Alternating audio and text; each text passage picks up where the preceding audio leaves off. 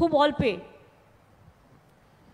দিদি ফরেস্টটা নিয়ে এটা আপনি যেভাবে হোমস্টেকে গুরুত্ব দিয়েছেন, এটা সত্যি যে আমাদের ওই বাঘের নিয়মের জন্য খুব আটকে যাচ্ছি। এই রাজা ভাত খাওয়াতে পর্যটকদের ঢুকতে গাড়ি নিয়ে প্রচুর টাকা দিতে হয়। আর কেন কেন পর্যটকদের ঢুকতে টাকা দিতে হয় কেন? তাদের মাথা প্রতি এবং গাড়ি প্রতি যে টাকা পড়ে প্রায় 2500 টাকার মতন। কেন পড়ে? কেন ট্যুরিস্টদের ঢুকতে টাকা লাগবে পর্যটকদের? ওয়াই? কার পারমিশনে এগুলো করা হচ্ছে? ম্যাডাম, এই যে এন্ট্রি ফি যেটা নেওয়া হয় আর যে ভেহিকল যেটা ঢোকে তার যে এন্ট্রি ফি নেওয়া হয়, এটা ম্যাডাম আমাদের চিফ ওয়াইল্ড লাইফ ওয়ার্ডেনের পারমিশনে যে ফিক্স করা আছে রেট, ওটাই আমরা। কে ফিক্স করেছে? Chief wild life warden, CWLW, chief wild life warden, PCCF wild life.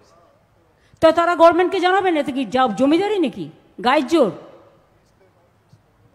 Forest কি মানে গভর্নমেন্টের বাইরে, সরকারের বাইরে? গভর্নমেন্টের কাছে পাঠাবে যদি কোনো ফিস বাড়ায়, ইমিডিয়েট ওটাকে চেঞ্জ করে দাও। পর্যটকদের জন্য কোনো ফিস হবে না, ক্যাবিনেট মিটিং করে ডিসাইড করো। আর দিদি, কেন পর্যটক আসবে আপনার ওখানে? আপনি যদি 2500 টাকা তার কাছে ফিস নিয়ে নেন।